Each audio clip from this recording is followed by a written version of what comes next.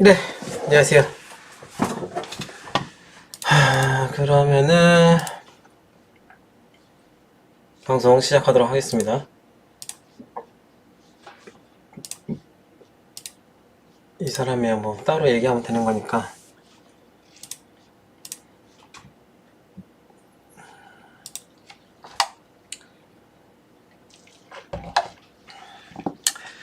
네, 안녕하세요. 슬레븐입니다. 오늘 방송은 이번 겨울 이적 시장, 말도 많고 탈도 많았던 겨울 이적 시장 리뷰 방송을 할 거고, 어제 그저께죠. 금요일날 일단 홍건적 멤버십 방송을 먼저 진행을 했었어요. 멤버십 방송을 먼저 진행한 이유는 멤버십 방송에서랑 오늘 내용이랑 조금 차이가 있습니다. 차이가 있으니까 그거는 조금 양해 부탁드리고요. 오늘은 말 그대로 진짜 리뷰, 우리 아스날의 겨울 이적 시장을 리뷰하는 방송으로 진행할 예정입니다. 이너피스를 좀 해야겠다.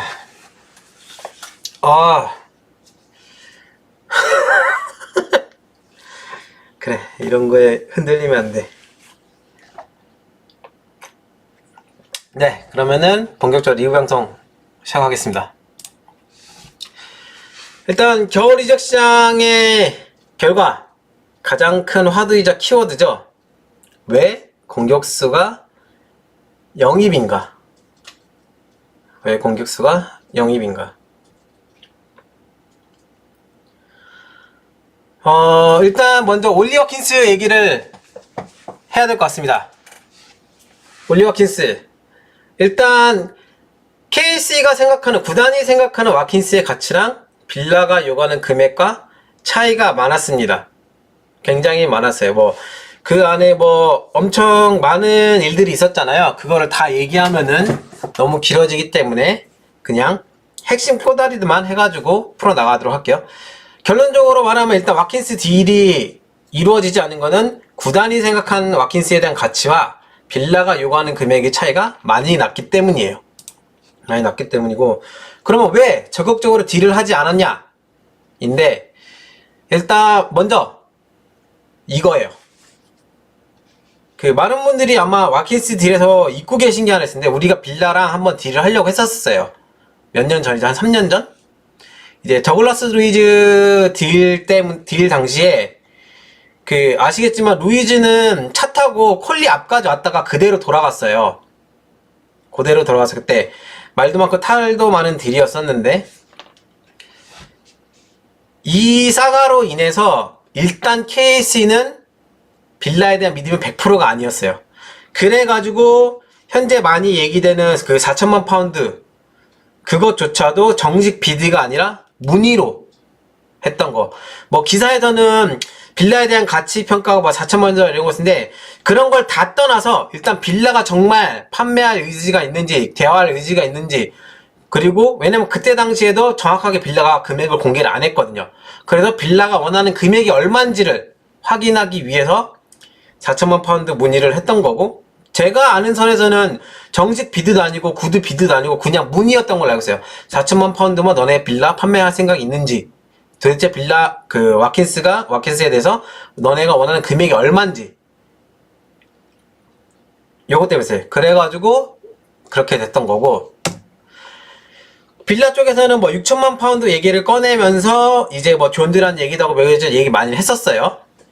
했고, 구단 쪽에서는 솔직히 그 돈을 지를 생각이 없었어요. 그 돈을 지를 생각이. 그런데 미켈이 매우 강력하게 요구했기 때문에,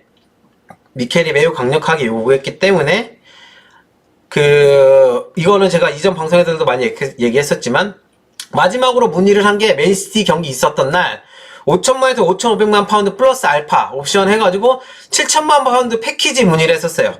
7천만 파운드 패키지. 이거까지 간 이유는 미켈이 강력하게 원했기 때문에. 그랬는데 빌라 쪽에서 6,500만 파운드 보장으로 달라고 해서 6,500만 파운드 이상 달라고 해서, 왜냐? 이 금액 왜 6,500만 파운드냐면요, 이게 빌라가 존디란 사우디한테 존들이랑 딜 할 때 사우디한테 일단 옵션 빼고 보장받은 금액이에요. 이게 존들이랑에서 선불로 보장받은 금액 6,500만 파운드라서. 그래서 이렇게 됐던 거고, 구단은 이거 확인하자마자 그냥 종료시켜버렸어요. 왜냐? 저 금액을 쓸 수도 없고, 정확하게 쓸 수는 있었지. 쓰기 싫었기 때문에 저 금액을 구단의 프로젝트나 장기적인 관점에서 맞지 않았기 때문에입니다. 왜 그러냐면은 어쨌든 다음 시즌 우리의 최우선 타겟은 이삭입니다. 근데 여기서 와킨스를 사게 되면 문제가 뭐냐면은, 와킨스도 애매해지지만 하베르츠도 애매해져요. 하베르츠가 애매해지면은 미드필더 구상도 애매해져요. 맞물려 있어요. 왜냐? 이게 하베르츠는 결국 미켈은 하베르츠를 미드필더나 포워드에서 굉장히 상위 옵션으로 생각하고 있기 때문에, 특히 포워드에서는 거의 넘버 2 옵션 이상이에요. 그러니까 포워드는 이삭 정도 되는 웬만큼 진짜 퍼포먼스 보여주는 포워드 아니고서는 하베르츠랑 비교하면 무조건 하베르츠가 1옵션이에요. 그런 것들 때문에. 물론 와키스는 뭐 그런 거 다 수용하겠다 라고 했지만 금액에서 문제가 되는 거죠. 그리고 와킨스의 나이도 당연히 문제가 되고요. 그래서 넘어간 게 이제 와킨스에 대해서 얘기하겠습니다. 마티스텔. 이제 두 번째로 마티스텔인데, 텔 같은 경우에는 우리가 이적 시장 제일 처음 오픈할 때 노렸던 거 12월 달부터 얘기가 나왔던 거죠. 세슈코 딜 관련해가지고 하다가 세슈코 딜이 오프되자마자 아이토가 달려갔어요. 마티스텔 같은 경우에는 바로 달려갈 수 있었던 이유가 이미 오랫동안 KSE의 리스트에 있던 선수예요. 현재도 존재한 상태예요. 그러니까 쉽게 말하면은 텔 같은 경우에는 만약에 토트넘 완전 이적이 불발이 되잖아요. 그리고 여름에도 바이에른이 판매 의사가 있다고 하면은 다시 한번 아스날이 영입을 고려할 정도로 리스트에서 좋은 위치에 있습니다. 얘는 이미 바이에른 가기 전부터 KSE가 미래 자원으로 노렸던 선수 중에 한 명이거든요. 해서 바이에른이랑 딜도 순조로웠고, 처음에는 선수 본인 설득이 안 됐어요. 처음에 본인 설득이 안 되다가 시간이 지나면서 어느 정도 설득도 돼가고 있었어요. 근데 여기서 왜 더 가지 못했냐? 미켈이 컷했어요. 미켈이 오케이를 했으면은 선택 이적 옵션을 달던 뭘 했던 간에 텔은 데려왔을 가능성이 높았어요. 그 정도로 KS는 적극적이었고, 그 정도 투자할 만한 가치가 있다고 생각을 했기 때문에. 미켈이 텔을 커트한 이유는 뭐 기사에도 나와있지만, 미켈은 텔을 센터 포워드 옵션보다는 윙어 옵션으로 분리한 게 가장 컸고, 두 번째가 당장 팀에 도움이 되냐에 대해서 미켈이 확신을 못 가졌기 때문에. 그래서 텔 관련해서 더 적극적으로 못 나갔던 이유가 그것 때문이었어요. 그래서 최종적으로 토트넘이 들어오면서 딜이 완전히 종료가 됐죠. 왜냐? 토트넘이 들어오면서 아스날도 피보고 맨유도 피봤는데, 일단 바이에른이 강공으로 나올 수 있게 돼버렸어요. 야, 토트넘이 이 돈 준다는데 너네 이 정도는 해줘야지. 이렇게 돼버렸는데, 맨유도 그렇고 아스날도 그렇고 그건 좀이었거든. 그래서 종료가 됐습니다. 다음 에반 퍼거슨 같은 경우에는 텔과 함께 동시에 추진됐던 딜이었습니다. 에반 퍼거슨. 아시겠지만 퍼거슨 딜은 완전 영입으로만 가능했어요. 우리가 임대 슬롯이 다 차이는 상태였기 때문에 완전 영입으로만 가능했었고, 퍼거슨 임대가 왜 안 됐냐? 우리가 네트 임대를 완전 이적으로 전환하는 거를 이적시장 초반 고려를 했었어요. 잠깐 고려를 했었어요. 근데 그게 완전히 없어진 이유가 그 네트가 경기 나왔을 때 이제 보여준 퍼포먼스, 그런 것도 있었고, 본머스가 완전 이적할 거면은 꽤 많은 돈을 요구를 했어요. 거의 500만 파운드 가까이 요구한 걸로 알고 있어요, 제가 알기로는. 그래서 굳이 임대는 어려운 상태. 그래서 그것도 포기한 거냐? 그건 아니었었고, 브라이튼이나 5천만 파운드 정도 금액으로 협상하고 있었어요. 협상이 두 번 들어가네.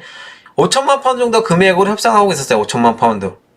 요 같은 경우에는 완전 이적을 하되 그 분할 옵션인데 대신에 선 금액을 조금 주고 후 금액을 좀 많이 주는 조건. 거기다가 플러스 알파로 세론이었나 아무튼 뭐 보너스랑 이런 것도 더 있었다고 하는데 그거는 금액이 정확하게 안 나와가지고 일단 보장 이적료만 계산한 건데 보장 이적료만 5천만 파운드였지 옵션까지 논의됐으면 아마 거의 6천만 파운드가 뛰었을 거예요.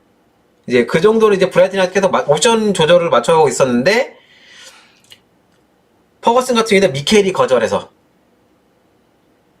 정식 비드까지 이루어지지 않았고 브라이튼 쪽에서 아스날이 확실하게 비드하는 거를 안 한다고 확인되자마자 해머스랑 딜 오픈해버렸어요. 원래 해머스가 굉장히 그 포터 선임으로 퍼거슨 딜을 굉장히 노렸거든요. 퍼거슨 영입을. 근데 그 브라이튼 쪽에서는 아스날 쪽이랑 얘기되는 것도 있었고 그래서 계속 기다려라 했고 웨스트햄은 마지막까지 뭐 기사에도 나왔지만 아스날이 참전하는 거를 굉장히 우려를 했었죠. 왜냐 그 에버튼 같은 경우에는 에버튼다 웨스트햄 같은 경우에는 임대였지만 아스날은 완전 영입했거든요. 브라이튼에서 임대를 주니 완전 영입이 더 나으니까. 그렇게 돼서 이제 에반 퍼거슨도 쫑이 났습니다. 알바로 모라타. 많은 분들이 그럼 모라타로도 했었어야 되는 거 아니냐, 역제 안 받은 모라타로도 했어야 되는 거 아니냐 굉장히 성토가 많았잖아요. 일단 모라타 같은 경우는 KS 리스트에 전혀 없었던 선수예요. 우리 리스트에 전혀 없었고 역제안으로 갑자기 튀어나온 선수였고 그리고 애당초 불가능했어요. 모라타 같은 경우에는 조건 자체가 KSE가 수용하기 힘든 조건이었거든요. 조건 자체도 구단에서 보드진 쪽에서 수용하기 힘든 조건이었고 미켈 역시 모라타에 대해서 전혀 고려를 하지 않았어요. 조건을 듣고. 조건이 뭐냐? 이거는 갈라타사라의 조건이랑 거의 동일했었어요. 임대료 500만, 주급 8만 파운드 전액 부담. 심지어 이거는 그 여름 이적 시장 때 이번 시즌까지만 다음 시즌까지예요. 다음 시즌 전반기까지. 그러니까 올해 12월까지 8만 파운드 100% 전액 부담이에요. 거기다가 선택 이적 옵션 650만 파운드. 그리고 선택 이적 옵션이 발동이 안 되면은 임대료가 250만이 추가돼요. 그리고 완전 이적 시 계약 기간이 2년에다가 주급이 11만 5천이에요. 아마 완전 이적 시 계약 기간이랑 주급은 변동이 있을 수도 있어요. 왜냐 이거는 갈라타사라이랑 합의를 한 부분이기 때문에. 근데 아스날이라고 해서 저게 크게 변화될 것 같지 않아서 제가 기입을 해놨습니다.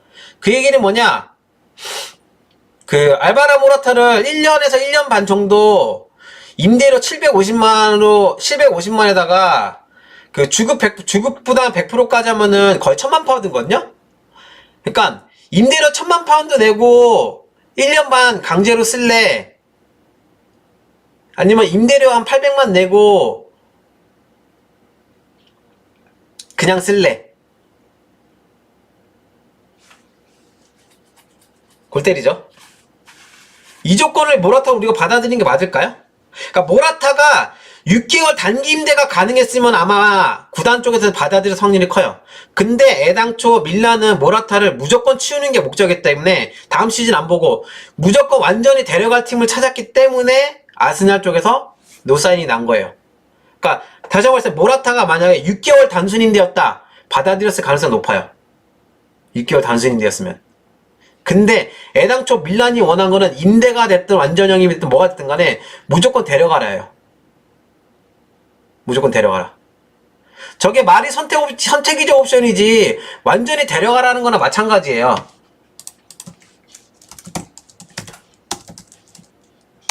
왜냐면은 지금 모라타 계약 기간이 몇 년인지 아세요? 모라타가 제가 알기로는 원래 2028년까지거든요? 그러니까 계약 기간 1년 남을 때까지 그냥 쓰라 이거야. 저 돈 주고. 말이 안 되죠. 애당초 아스날이 받아들이기 힘든 조건이에요. 저 조건을 두고도 만약에 모라타를 데려왔다? 글쎄요.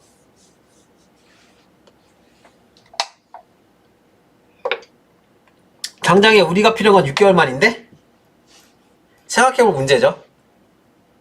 요런 것 때문에 모라타도 아웃이 된 거예요. 그러니까 다시 한번 말씀드립니다. 모라타 같은 경우는 만약에 밀란이 6개월 단기 임대 제한이었다. 이랬으면은 구단이 임대료를 깎든 뭘 하든 해가지고 오케이 했을 수도 있어요. 오케이.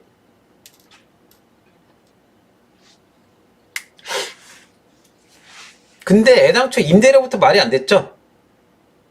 그러니까 임대료 자체가 거의 이적료나 마찬가지였어요. 모라타는.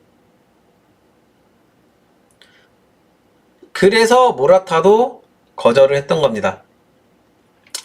그래가지고 와킨스, 텔, 모라타 이 세 선수가 데드라인 데이 때 이제 얘기가 나왔던 선수였었고, 다 이런저런 이유로 제가 지금 방송에 말씀드린 이유로 뭐 구단에서 거절을 했던, 보드 차원에서 거절을 했던, 미켈이 거절을 했던, 합의가 안 됐던 요런 이유들로 영입이 안 됐습니다. 자, 지금 먼저 말한 세 선수 관련해서 뭐 추가로 그 질문이나 말씀 나누고 싶은 거 있으실까요?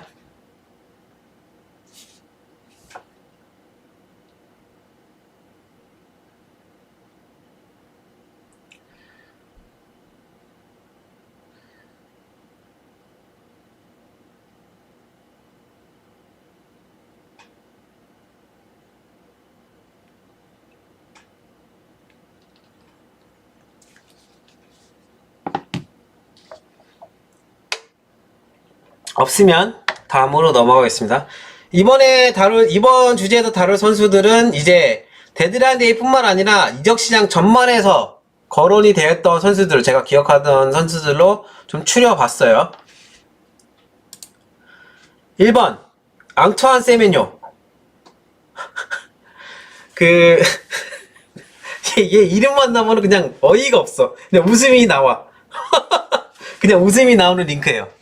세메뇨 링크가 어디서 나왔었죠? 뭐 ITK였나 뭐 기사에 나왔었나 그랬던 거 기억하는데 출처조차 알 수 없는 링크예요. 제가 아는 선에서는 출처조차 알 수 없는 링크. 유일하게 지금 추론이 가능한 게 뭐냐면요, 그 가나 감독이 콜리에 한번 방문한 적이 있었어요. 가나 감독이 콜리에 이제 콜리에 방문했었는데, 그때 그거 가지고 거기서 뭐 이런저런 얘기가 오갔겠죠? 그러면서 뭐 파티 얘기도 하고 뭐 가나 감독이랑 파티 얘기도 하고 뭐 선수 얘기 뭐 이런저런 얘기를 했을 거예요. 그러면서 거론된 게 아니냐, 그게 외부로 나온 거 아니냐 라는 추측을 할 뿐이지 진짜 출처조차 알 수 없는 링크입니다. 여름에도 안 노려. 여름에도 안 노려. 차라리 은배모면 모르겠다. 은배모면 차라리 진짜 100번 양보해서 은배모면 모르겠다. 은배모 100번 양보해서. 만약 이게 앙투안 세메뇨가 아니라 은배모다 그러면은 조금 가능성이 있을 수도 있을 것 같아요 라고 하던가, 겨울은 아니라 여름이면 모를 것 같아요 라고 했을 텐데, 세메뇨? 전혀요. 그 다음에 뜨겁게 달렸던 마테오스 쿠냐입니다. 쿠냐가 이야기가 나온 이는 간단해요. 에드가 지난 여름에 작업해놨던 거, 이거를 역제안으로 다시 한번 꺼내왔던 딜입니다. 이거는. 그리고 지난 여름에도 구단은 우리가 원하는 수준 아니야, 그리고 그 금액 지를 생각도 없어 라고 해서 바로 발견했던 딜이었었어요. 바로. 그러니까 에두가 추천했다가 발견한 딜이에요. 그냥은. 그러니까 왜냐면 여름에 백업 공격수에 대해서 에두는 생각을 했었던 건 맞아요. 근데 그래, 생각한 거 기특해. 공격지 빼도. 왜냐, 그 여름 때 상황을 돌아가면은요, 에두는 트로사르를 정리하고 사우디를 정리하고 쿠냐나 다른 외부 영입을 하고 싶어 했었거든요. 그래서 에두가 쿠냐 딜을 메이드하려고 노력을 했었는데 위에서 거절이 났었거든요. 위에서 미켈도 굳이 했었던 거고.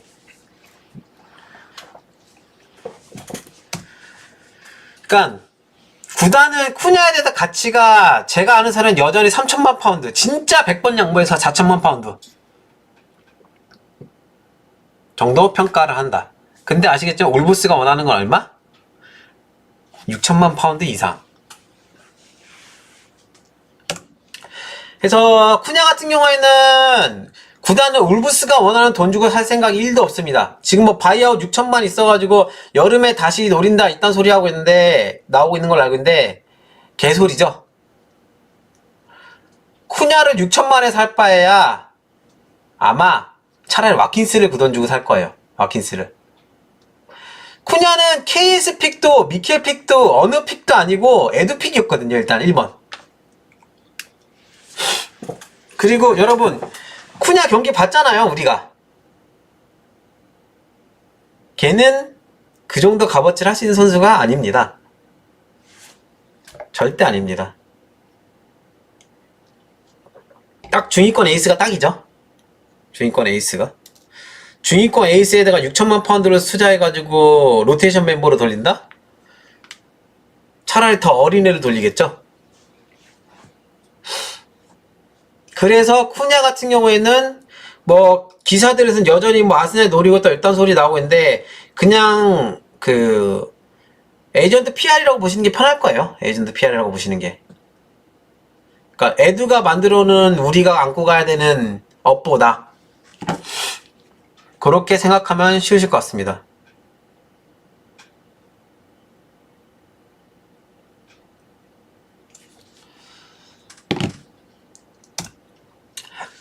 그 다음에 그 외 링크들 두 번째 벤자민 셰슈코입니다. 아마 우리가 가장 어떻게 보면은 와킨스가 터지기 전에 가장 열망했던 영입이었죠. 셰슈코 때 같은 경우에는 제가 아마 이적 시장 열리기 전에도 말씀드렸었을 거예요.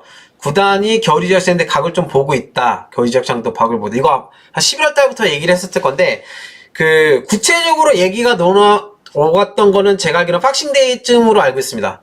박싱데이쯤에 세시코 대리인에게 너네 겨울 이적 시장 합류 의사 있냐라고 물어봤을 때 합류 의사 있다고 전달을 받았고, 이게 이제 최근 나중에 나온 사실인데, 그 이적시장 저희 이적시장 겨울 이적 시장 막판에 나온 사실 얘기거든요.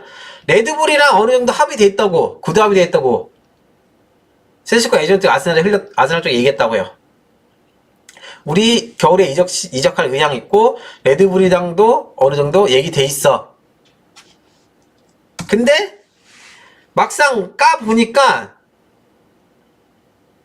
일단 세시코랑 레드불이랑 얘기된 게 없어. 하나도 없었던 거야. 그러니까 아스날이 세시코 얼마만 판매할 거예요? 물어보니까 뭔 개소리냐고, 우리 안 팔 건데? 가 나와버린 거예요. 거기다가 세시코 쪽에서도 난 모르는 일이에요. 구단이랑 합의하세요. 이딴 식으로 나왔어요. 적극적으로 움직이겠다더니 합류 의사 있다고.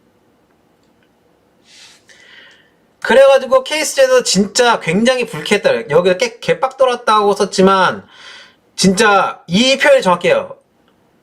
굉장히 불쾌하면서 너네 겨울에서 합류할 거야 말 거야 확실하라고.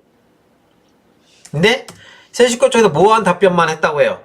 그래서 바로 종료. 그래서 세시코 딜 바로 종료시키고 텔한테 간 거예요. 바로 세시코 딜 그냥 바로 엎어버리고 바로 텔 딜하고 갔습니다. 추진하러.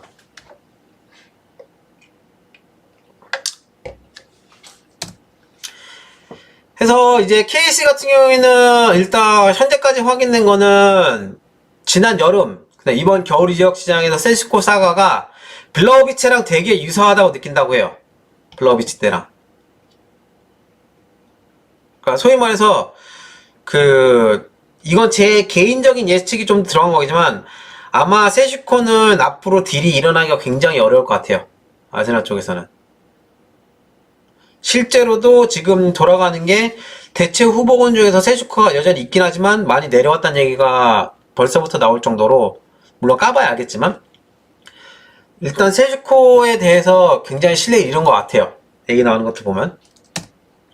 그래가지고 지금 뭐 이적 시장에서는 뭐 이삭 얘기하면 다 이제 세슈코가 따라 나오잖아요. 이삭을 아스날이 제일 원하지만 이삭은 어렵기 때문에 아마 세슈코를 선택할 공산이 크다. 세슈코를 선택할 공산이 크다. 세슈코에 관심이 있다. 등등 이렇게 나오는데, 아마 현재까지 나온 상황들이나 찌라시 도는 거나 여러 정황들을 종합해 봤을 때는 세슈코 쪽에서 데려가 달라고 하지 않는 이상은 와킨스를 사면서 세슈코를 적극적으로 노릴 것 같진 않아요. 그러니까 세슈코를 아예 배제한다는 아니에요. 배제한다는 아니에요. 근데 적어도 아스날이 먼저 움직일 가능성이 그렇게 높지 않아 보여요. 얘기 나오는 게. 왜냐? 2번이나 당했잖아요. 여름에도 한 번 당하고 겨울에도 한 번 당했잖아요. 그러니까 조금 더 냉정하게 얘기하면은 세슈코 대신에 다른 선수를 찾아서 리스트업을 할 것 같아요. 그 작업을 하는 것 같고. 아시다시피 세슈코는 KC가 가장 원했던 선수예요. 이삭 다음으로. 잘츠부르크 시절에서도 노렸었고.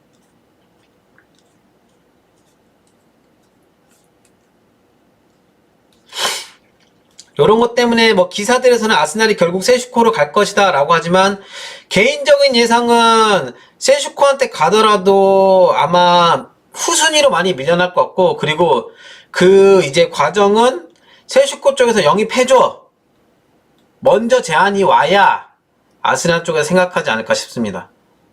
개인적인 예상은 그래요. 그리고 세 번째, 영입의 원인. 일단 영입의 원인은 딱 이겁니다. KSE와 미켈 아르테타가 어떻게 보면 대립각을 했겠죠. 이건 사실 대립이란 표현이 맞아요. 대립이라는 표현이. 합의가 안 됐어요. 이적 시장에서. 합의가 안 됐기 때문에 영입이 된 거예요. 구단은 아까 말씀드렸듯이 퍼거슨이라든지 테리라든지 어떻게든 영입해보려고 했었어요. 뭐 팀뉴스에도 나왔지만 엔드릭 역제안도 있었고, 당연히 그거는 물론은 이제 레알 쪽에서 미쳤냐고, 우리가 얘를 왜 임대를 하냐고 하면서 거절했지만, 엔드릭 역제안 확인되지 않아 문의까지 넣었을 정도로 적극적으로 움직였어요. 하지만 안 됐죠. 구단은 그래서 최종적으로 도출했던 게 퍼거슨 영입이랑 테일 임대였었어요. 퍼거슨 영입이랑 테일 임대. 퍼거슨 완전 영입에다가 테일 임대하는 거. 이러면 어떻게든 연끌해가지고 어떻게든 여름 이적 시장 지정업 찰 수 있거든요. 그랬는데 둘 다 미켈이 거절했죠.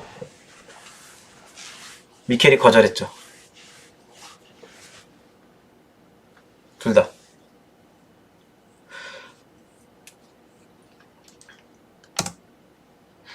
와킨스 같은 경우는 구단이 할 만큼 했어요. 저는 그렇게 생각해요. 할 만큼 했어요, 구단이. 그렇다고 와킨스를 다음 여름 이적 시장이나 우리 현재 지금 그 UEFA, FFP 그런 걸 빡빡하게 하거나 좀 위험 부담을 하면서까지 영입할 거냐에 대해서는 의문이잖아요. 의문.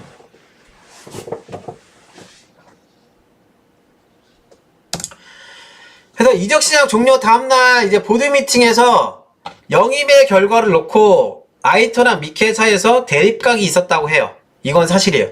이건 100% 사실이에요. 근데 한간에 떠도는 뭐 심각한 수준은 그런 건 아니고, 향후 스쿼드 운영, 그러니까 소위 말해서 이제 영입이나 이적 시장을 하는 거나 이런 거에 대해서 교통 정리를 이전과 다르게 좀 강한 오조를 했다 한 요 정도 수준이지, 뭐 미켈이 굉장히 불편함을 표시해가지고 뭐 진짜 막 고성이 오갔다더라, 혹은 구단이 미켈을 뭐 이제 더 이상 신뢰 안 한다라, 아니면은 미켈이 자신이 제 발로 나갈 것 같다, 이런 수준은 전혀 네버 그런 수준까지 가진 않았고 그냥 말 그대로 양측에서 약간 조금 어떻게 보면 냉정하게 양쪽의 입장을 다시 확인한 거. 그 내용이 뭐냐면은 이제 이게 사실은 이제 그 제가 받은 소스들에서는 팀 루이스의 의지라고 알고 있어요. 팀 루이스의 의지라고 알고 이걸 아이토가 총대 메고 한 걸로 알고 있는데 앞으로는 에두 때처럼 미켈이 원하는 선수를 맹목적으로 영입할 생각이 없음을 분명히 전달했다고 해요. 앞으로는. 그러니까 아시겠지만 만약에 에두가 있었으면은 막말로 와킨스 그냥 사왔을 수도 있어요. 에두가 만약에 지금까지 있었다? 막말로 진짜로 와킨스 그냥 한 7천만 아니야 에두였으면 한 8천만 줬을 거야. 옵션까지서 8천만 주고 와킨스 데려왔을 수도 있어요. 근데 그거는 사실은 KC가 원하는 방향이나 프로젝터는 동떨어지거든요. 그러니까 이런 부분을 미켈한테 분명히 전달했다고 해요. 앞으로 네가 원하는 선수를 맹목적으로 영입할 생각이 없다. 그리고 구단이 세운 원칙과 프로젝트는 사실 이게 KC 단독으로 세운 게 아니라 미켈도 동의하고 미켈도 참여한 부분이에요. 이거. 이 프로젝트나 방향성에 대해서 KC만 했다? 아니요, 절대. 이거는 기사들로 이미 다 나와있죠. 미켈이 상당히 많이 구단 운영에 관여하고 있다고. 당연히 영입에 대한 부분이거나 프로젝트에 관한 부분들 미켈의 동의와 참여가 분명히 있었던 거예요. 그래서 이제 결론이 뭐였냐면은 앞으로는 영입적 실무진이나 너도 좀 더 유연한 자로 소통해라. 그리고 앞으로 내가 원하는 선수를 무조건적으로 맹목적으로 영입할 생각이 없다. 영입을 안 하면 안 했지. 요겁니다. 이렇게 이번 겨울 이적 시장이 정리되었다고 볼 수 있습니다. 해서 오늘 준비했던 이제 겨울 이적 시장 리뷰는 일단 제가 준비한 건 여기까지 마무리했고요. 이제 제가 준비한 주제들 말고 다른 얘기를 조금 해볼까 합니다. 부상이나 이런 것 때문에 이제 많은 분들이 진짜 머리 쓸어서 채웠어야 됐다, 머리 쓸어 채웠어야 됐다라고 하지만 그게 말이 쉽지 그렇게 막 쉬운 건 아니에요. 특히 우리 같은 경우에는 그 임대 슬롯조차도 좀 빡빡했잖아요. 임대 슬롯조차도. 물론 사실 저는 겨울 이적 시장이 이렇게까지 된 데에는 여름 때 에두가 사지류 감똥의 여파가 영향이 완전히 없었다고 보기는 힘들다고 보기 때문에 그렇게 생각은 하거든요. 막말로 네트 안 샀으면은 진짜 네트를 안 샀으면 또 어떻게 됐을지 몰라요. 네트를 안 샀으면. 네트는 막판에 에두가 그냥 지르고 그냥 나가버린 케이스였거든요.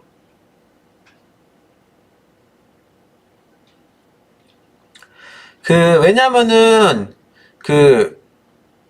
여름 이적 시장, 어떻게 보면 여름 이적 시장 비화인데, 네트 영입 직전에 고려가 됐던 게, 그냥 네트 영입 안 하고, 세포드랑 포터 해가지고, 세포드 넘버 2, 그 다음에 포터 넘버 3, 이렇게 했거든요. 근데, 저도 그때 당시에는, 네트 데려왔던 건 잘했다고 생각을 했었어요. 왜냐? 저는 일단 세포드나 포터에 대해서 신뢰가 제로거든요. 세포드나 이제 잭포터에 대한 신뢰는 제로였거든요. 그래가지고 차라리 그냥 걔네들 그냥 레프트라고 산 게 다행이다라고 생각했는데 이게 임대료 왔을 때 요렇게 나비 효과 될 거라 저도 예상은 못했죠.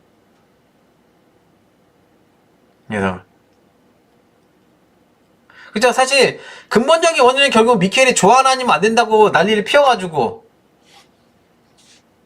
했던 거고. 우리가 왜 조안 가르샤를 왜 노리냐면요. 이미 미켈이나 KSE는 라야 다음을 생각하고 있어요. 라야 다음. 라야 다음을 생각하고 있고, 가장 최적이 지금 조한 가르시아예요. 가장 최적이. 가장 최적이 조한 가르시아. 그래서 조한 가르시아는 개인적인 예상이지만 얘가 강등을 당하든 안 당하든 얘 그 바이아웃이 강등 안 당하면 2,000만 파운드가 그렇잖아요. 아마 달라는 대로 다 주고라도 데려올 가능성이 큽니다. 조한 가르시아는.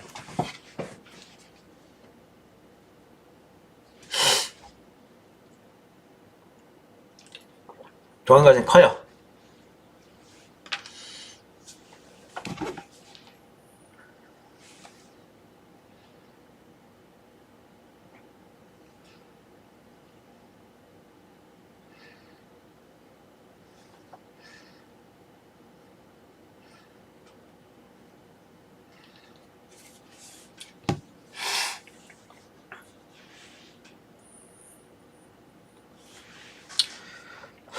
그래서 그러니까 겨울 이적 시장에 저는 사실 이건 제 개인적인 의견이에요. 제 개인적인 의견은 겨울 이적 시장 영입에 가장 큰 지분을 가지고 있는 건 저는 미켈이라고 생각해요.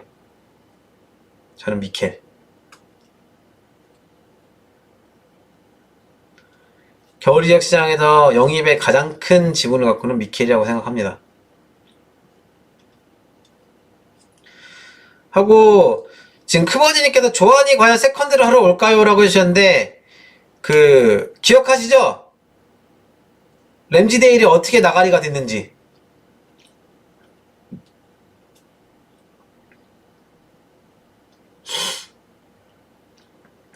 나야가 나가리가 될 수도 있습니다. 그건 몰라요. 아시겠지만 나야가 진짜 잘해주는 건 맞거든요. 진짜 잘해주는 거 맞아요. 근데 나야가 여러분 그거 안 느끼세요? 뭔가 약간 조금 부족하다는 느낌? 가끔씩 보면은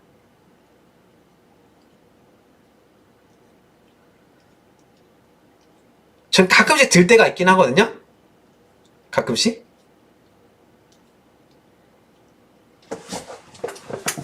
단신 이런 거 말고 단신 그런 걸 떠나서 그러니까 뭔가 진짜 빅클럽 넘버원 꼴리를 확실히 가져간다고 하기는 뭔가 살짝 아쉬운 게 몇 개가 있어요. 개인적으로는 하나가 이제 포지셔닝. 박스 안에서의 포지셔닝이요. 저는. 그리고 뭐 두 번째는 어차피 이거 피지컬 얘기긴 한데 피지컬적인 약점으로 인한 이제 위치 선정 부분이나 러싱이나 이제 꼴리 포지션 타이밍 이런 것들.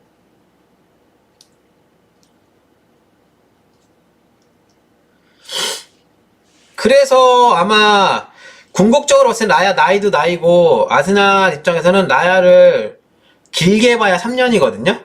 물론 꼴리 나이가 여전히 많이 일반 필드 플레이보다 많이 조금 더 길긴 하지만 여러분 보셔서 아시겠지만 아스날의 미켈이 원하는 전술이 아스날의 전술에서는 꼴리 나이도 굉장히 중요해요.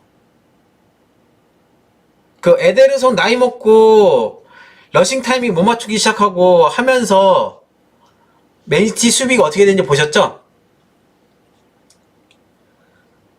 에데르송에 대한 대체 자료를 확실히 안 한 상태에서 오르테가 믿고 가다가 안 그래도 수비진 지금 리빌딩 안 돼가지고 뒤지겠는데 오르테가까지 아주 그냥 거하게 말아먹고 있잖아요. 에데르송은 뭐 말할 것도 없고.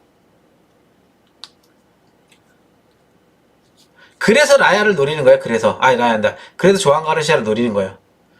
그래서 개인적으로는 라야가 저는 언제든 바뀌어도 이상할 것 같다고 생각하고요. 근데 조한 가르시아 정도면은 긁어볼만 하지. 확실히 긁어볼만 하죠. 솔직히 2,500만 파운드도 전 싸다고 봐요. 얘 지금 퍼포먼스나 포텐셜을 봤을 때는.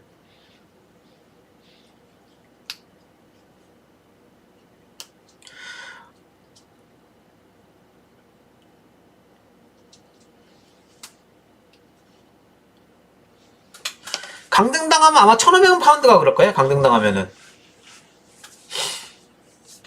TCC님 말씀대로 스위퍼키퍼 하는데 판단력이랑 기동력 떨어지면은 그때는 이제 답이 안 나와요.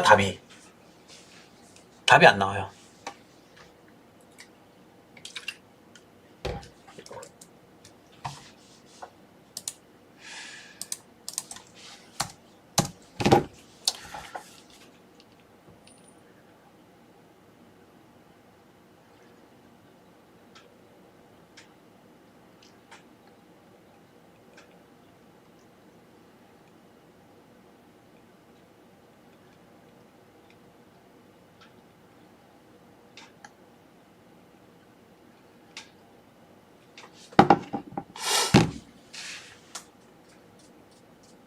그래서 이번 여름 때 지금 해명을 해봐야님께서 이번 여름 때 공격진 최우선으로 누구를 데려올 거라고 예상하시나요? 라고 해주셨는데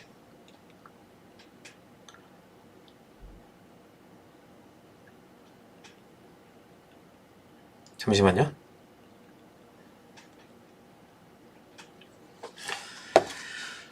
일단은 이삭이죠. 이삭.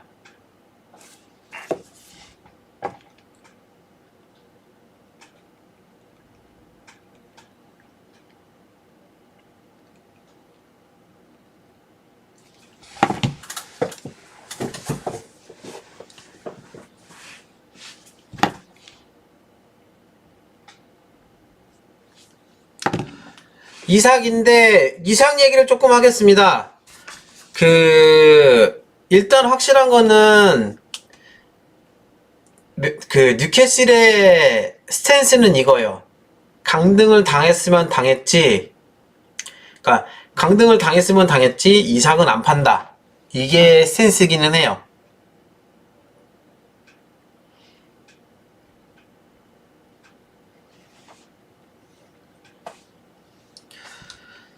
근데 약간 희망회로 아닌 희망회로인데 지금 얘기가 조금 돌고 있는 게 뭐냐면은 이삭이랑 뉴캐슬 쪽이랑 이번에 이삭 재계약할 때 구두합의 된 게 있다고 해요. 이게 명문화가 된 건지 아닌지는 확인이 안 되는데 구두합의는 확실히 됐고 그거는 그 구두합의 내용이 뭐냐면은 우리가 잘 아는 대로 기사에도 많이 나왔지만 뉴캐슬이 챔피언스 리그를 못 갔을 때 경우에 대한 이적료 선이 있다고 해요. 그게 한 1억 3천만인가 1억인가 1억 3천만으로 알고 있는데 그래서 제가 예전에도 이상 얘기할 때 이상은 아마 결국 한 1억 3천만 줘야 될 것 같아요 라고 제가 콕 집어서 이제 이적료를 얘기를 했었잖아요. 그게 이제 그런 루머들이 계속 찌라시들이 계속 나왔었어 가지고 뉴캐슬이 챔피언스 리그 못 나가면은 1억 3천만 정도면 영입이 가능하다. 1억 3천만 정도. 근데 이게 구두합의인지 명문화 된 것까지는 확인이 안 돼요. 왜냐면 찌라시에는 명문화 됐다는 얘기도 있었거든. 아무튼 그런 거고. 그리고 이제 분명한 사실은 KSE는 이미 이삭이 안 됐을 경우에 대한 대체 자원 리스트업을 시작을 했어요.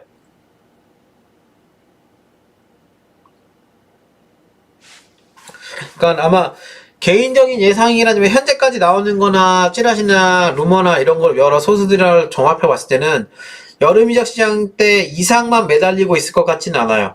이상만.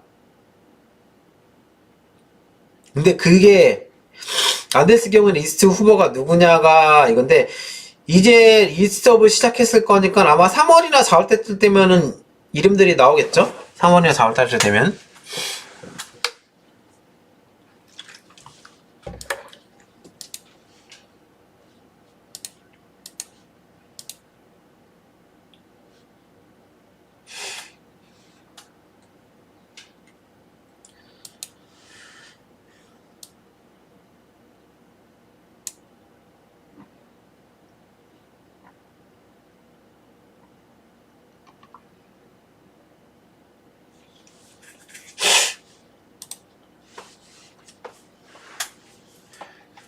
하고 뭐 지금 비르치형이 힘들겠지요 라고 하는데, 그러니까 여름 이적 시장은 키는 사실 이삭이에요.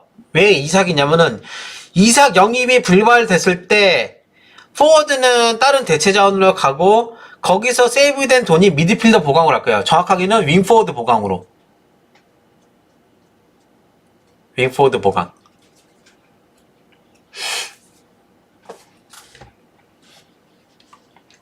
그래서 뭐 니코 얘기도 나오는 거고 하는 이유가 그런 것들 때문입니다. 물론 니코 같은 경우에는 얘가 주급을 얼마나 깎느냐에 달려있긴 하지만요.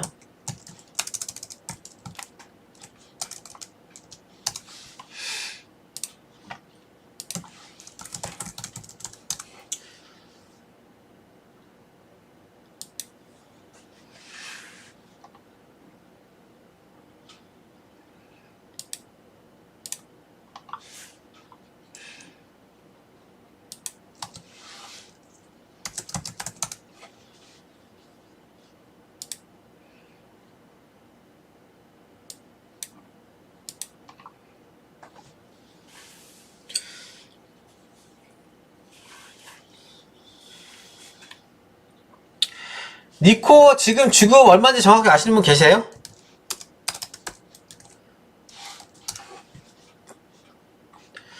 제가 아는 게 니코 주급이 지금 한 17만 조금 안 되거든요?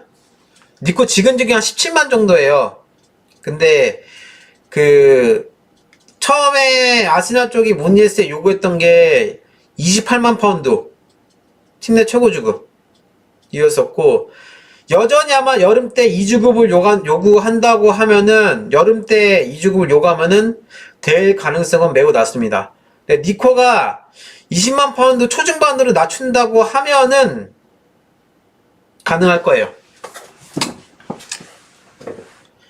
20만 파운드 초중반으로 가면 가능할 거예요. 근데 얘가 진짜 28만 파운드, 25만 파운드 이상 요구한다? 아마 굉장히 어려울 겁니다. 굉장히.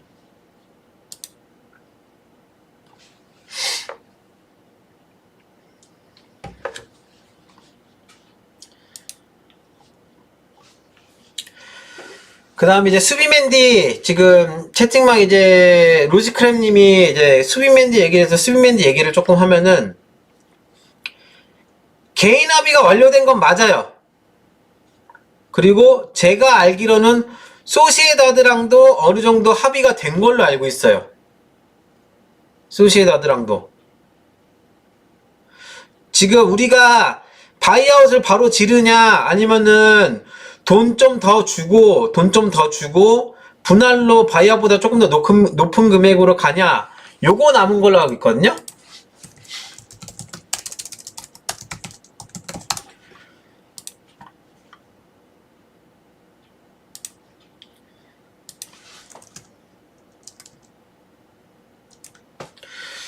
그러니까 지금 두 가지 얘기가 나오는데, 소시에다드랑 아스날이랑 합의 본 게 1번 바이아웃 지르는 거, 그 다음에 2번 1000만 유로 더 주고 분할로 가는 거. 3분할로. 3분할인가 2분할인가? 아무튼 1000만 유로 더 주고 분할로 가냐, 아니면 그냥 바이아웃 다 지르냐, 한 방에 일시불로 지르냐, 요거 가지고 소시에다드랑 맞춰가는 걸로 알고 있어요. 그리고 수비맨디랑 개인 합의가 됐고, 그런데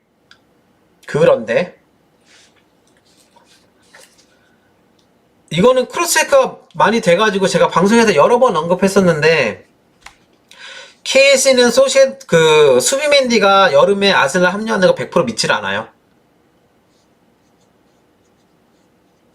뭐냐면은 언제든 얘는 딜을 엎을 수 있는 애라고 이미 생각을 하고 있어요. 그러니까 수비맨디 같은 경우에는 KSE도 이 정도면 합격이다라고 생각을 하고, 미켈이 매우 강력하게 원하기 때문에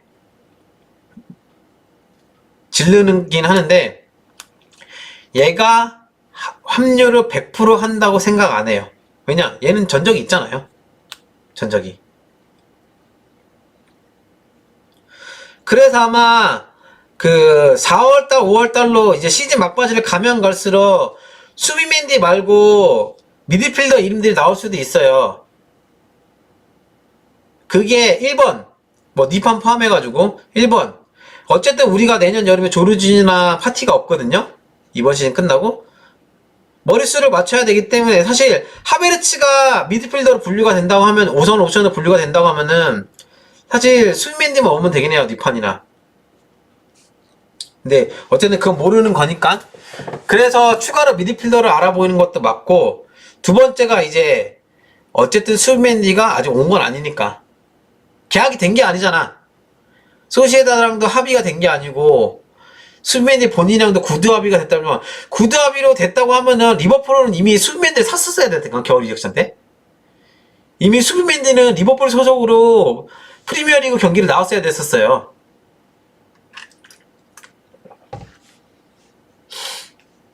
그거예요, 그거.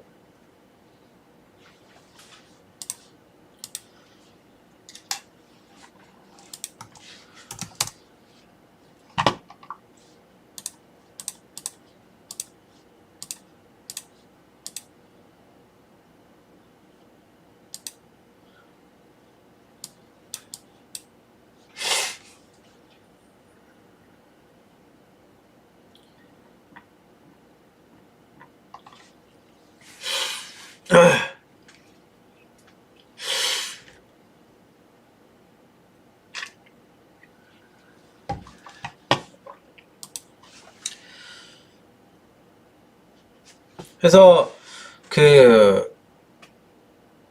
많은 분들이 아마 지겹다고 생각할 수 있어요. 어쨌든 분명한 사실은 여름 이적 시장 때는 다시 이제 제대로 돈 튀는 사이클이 왔기 때문에, 그러니까 이번 여름 다음 여름 이적 시장부터가 우리가 챔피언스리그 진출하고 타이틀 레이스를 했던 그 재정적 수혜를 누릴 수 있는 본격적인 시즌이에요. 플러스 알파로 드디어 라이스 할부금 다 냈어요. 드디어. 그러니까 정확하게는 일시불로 줘야 되는 금액을 다 처리를 했어요. 나머지 이제 옵션 잡은 거 남은 거랑 금액이 크지 않기 때문에 힘들었죠. 1년 동안 거의 8천만 파운드를 냈었어야 됐으니까 현찰로. 그래서 현금 유동성에서 자유롭게 어느 정도 자유도가 많이 생겼습니다. 그러니까 진짜 여름 이적 시장 때 나야 지르고 라이스 할부금 내고 칼라피오리 내고 빡빡했어요. 솔직히 현금 유동성이.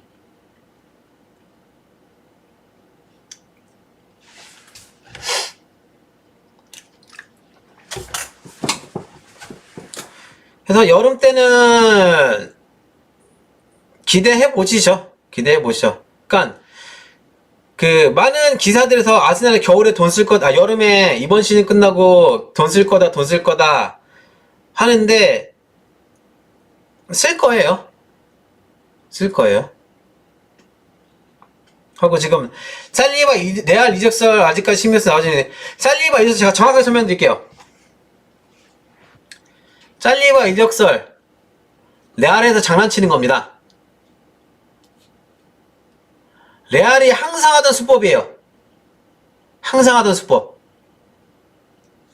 야, 우리 레알이야. 항상 하던 수법. 근데 현재 제가 알기로는 살리바는 시즌 끝나고 재계약이 되는 걸로 알았습니다. 흔들 수 있는 상황을 만든 게 아니라 레알은 항상 흔들어 왔어요. 그걸 짜맞추지 마세요, 크버지님. 레알은 항상 저래왔지 우리가 만든 상황이 아니에요. 레알은 항상 저래왔어요. 레알은 항상 저래왔어요. 우리가 만든 거 아니에요. 만들면 못 만든, 레알이 항상 저래왔는데. 레알은 자신들이 원하는 선수 있으면은 항상 저래왔어요. 항상 저래왔다니까요. 우리가 만들다니요. 만든 게 레알은 항상 저래왔어요. 그거랑 달라요. 물론 걱정하는 이유는 당연히 걱정할 수 있죠. 걱정할 수 있죠. 근데 제가 알기로는 살리바는 아스날이랑 재계약하는 걸로 알고 있고요. 아마 근데 5년짜리 계약은 아닌 걸로 알고 있어요. 4년짜리로 알고 있고, 4년짜리 계약으로 알고 있고, 아마 이번에 계약 맺으면은 반다이크 주급 뛰어넘는 걸로 알고 있어요. 이번에 계약하면은. 반다이크랑 스톤스 급이거나 그 이상 받는 걸로 알고 있어요. 지금 센터백 기준으로 리그 최고가 반다이크랑 스톤스로 알고 있거든요. 반다이크랑 스톤스로 알고 있는데 지금 살리바 얘기 나오는 게 거의 25만 이상이라서 25만.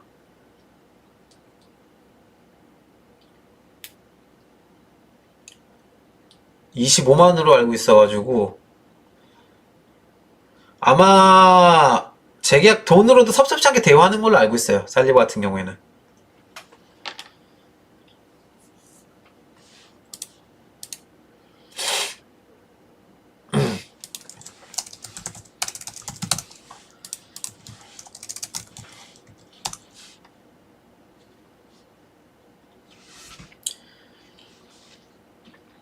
벨링엄도 레알이 얼마나 입을 털어놨는데.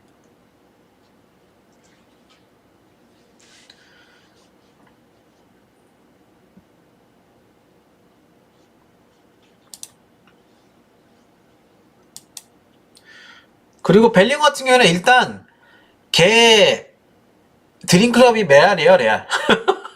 드림클럽이 레알이라서.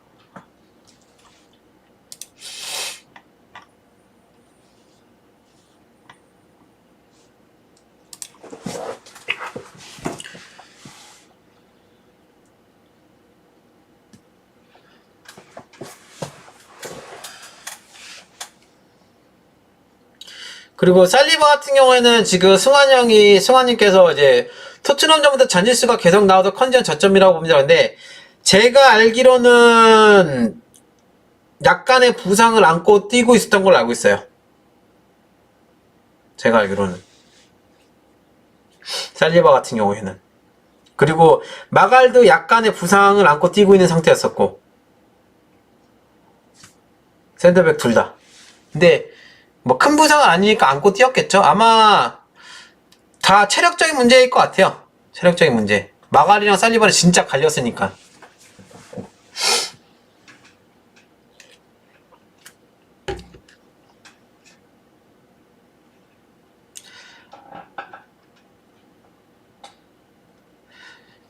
그러니까 우리가 헤이스를 영입 안 한 이유는 사실 구단을 하고 싶었죠. 근데 미켈 입장에서는 화이트가 있는데 굳이 해요. 화이트가 있는데. 다음한 넬슨 이하라뇨. 다음한 이야기를 좀 해야 되나? 조금 더 하고 내가 아까 방송 시작 전에 어이가 없었던 거를 공개할까 합니다. 좀 더 이적장 얘기를 조금 더 하고. 다음한 얘기는 좀 이따 할게요, 현님. 다음한 사카급이 아니라요, 세스크급 그 이상으로 기대하고 있어요, 구단은요. 구단 내부 평가는 야말급으로 생각한다고 알고 있어요.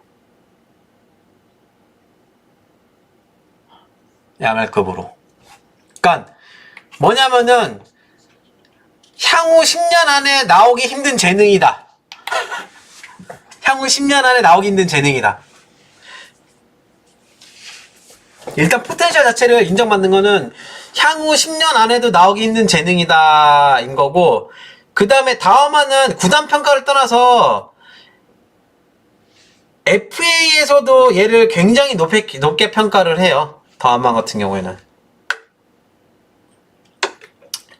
엔다이 진혁에게 하리만 아노스를 어떻게 생각했는데, 안 그래도 제가 조만간 아노스 포스팅을 올릴 건데, 얘 같은 경우에는 원래 윙이었거든요? 나중에 이제 포스팅에 자세히 쓸 얘기지만, 원래 윙으로 나왔다가, 센터포워드로 포지션 변경을 했어요, 이번 시즌에. 지난 시즌 말부터 해가지고, 센터포워드로 포지션 변경하고 나서 완전히 터진 케이스예요. 요즘에 센터포에서 많이 뛰는 느낌이 아니고요. 원래 윙어였다가 센터포워드로 전직했어요. 그러니까 윙에서 사실은 자리에서 밀려가지고 윙이랑 공미 원래 보던 선수였는데, 그 자리에서 밀려가지고 치도흡이 나가고 대신에 그 빈자리를 아누스가 들어간 거였거든요. 그냥 다른 데는 이미 대체 자원이 많은데 거기만 없어가지고.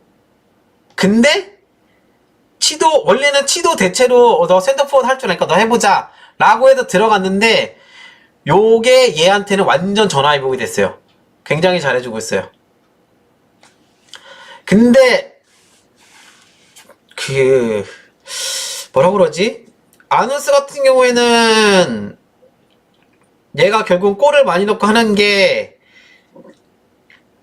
그 주변에서 받쳐주는 것도 없잖아. 일단 개 능력으로 막 씹어먹는 거라니까. 하다못해 치도처럼 피지컬로 압살해가지고 골을 넣는 것도 아니기는 해요. 근데 확실한 거는 윙어 쪽이나 공격형 미드필더 때 나올 때보다 훨씬 좋기는 해요. 그리고 생각보다 센터포워드처럼 움직이고 잘 기동하고 있고요. 근데 얘가 기회를 받을지는 모르겠네요. 얘가 기회를 받을지는.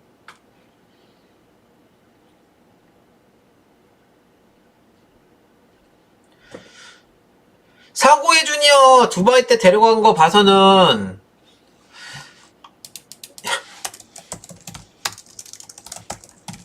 진짜 우리 여차면은 사고회가 나올 것 같다는 생각이 들긴 하는데 일단 봐야죠. 만약에 하리만 아로스로 진짜 진지하게 고려를 했으면은 두바이 때 데리고 갔을 것 같아요.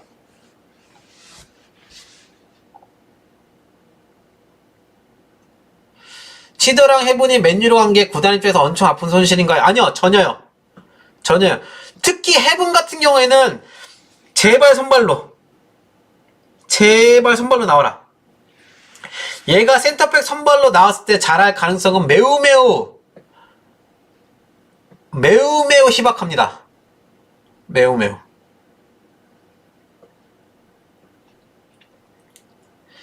에이든 해븐 관련해서는 제가 지난주가 지지난주 공개방송에서 해븐에서 딱 얘기해놓은 게 있거든요.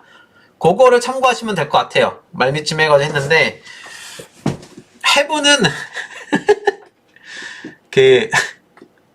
미안한 얘기지만 해븐은 가지고는 툴이 쓸만해가지고 우리가 원하는 센터백 소위 말해서 공격적으로도 기동을 하고 멀티포지션 되는 그런 센터백으로 생각하고 이제 키워봤는데 결론을 얘기하면은 안 됐어요. 결론을 말하면 만약에 윌콕스가 데리고 가가지고 터트린다. 그러면 그거는 우리가 아까운 쟤를 놓친 게 아니고 윌콕스가 정말 잘 터트린 케이스라고 봐요. 그건 윌콕스를 칭찬해야 돼. 만약에 해븐이 맨유가 더 터지잖아요. 그러면은 놓친 우리를 탓할 게 아니고요. 윌콕스를 정말 높게 평가해줘야 돼요. 그거랑 맨유 유소년 스태프들을 정말 기립박수 쳐줘야 돼. 걔를 터트리잖아요, 진짜? 그러면은 아모린 사단이나 윌콕스를 정말 기립박수 쳐줘야 돼요. 진짜로.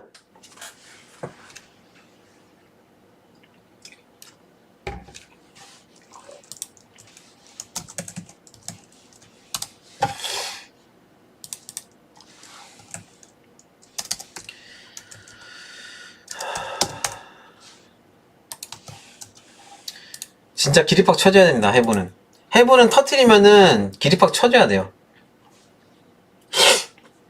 그러니까 어느 정도냐면요, 여러분 크리스티안 비엘릭이라고 기억하시는 분 계세요?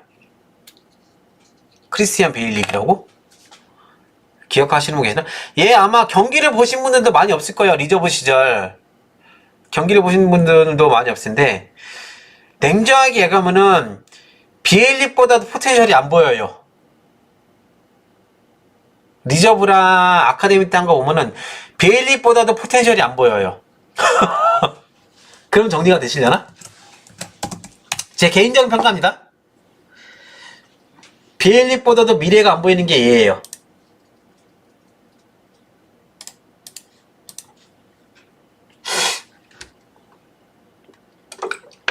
유스 수비는 한 3년만 기다리세요. 3년. 한 3년만 기다리면 돼요. 3년. 왜냐면은 지금 13살, 15살 레벨에 조금 얘 좀 키워볼 만하다라는 이름이 보이기도 몇몇 애들이 있고요. 그 다음에 이제 계속 외부에서 영입하려고 페어가 알아보고 있어요.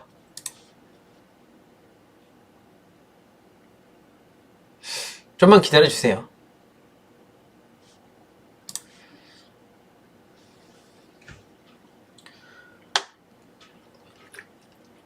하고 이번 시즌 끝나고 아마 리저브에서 10명 이상 또 나갈 겁니다. 10명 이상 나갈 거예요. 최소 10명이고 거의 한 15명 나간다는 얘기도 있긴 한데 아마 많이 나갈 거예요. 이번에도 그 여름 이적 시장 때보다 훨씬 더 많이 나갈 거예요.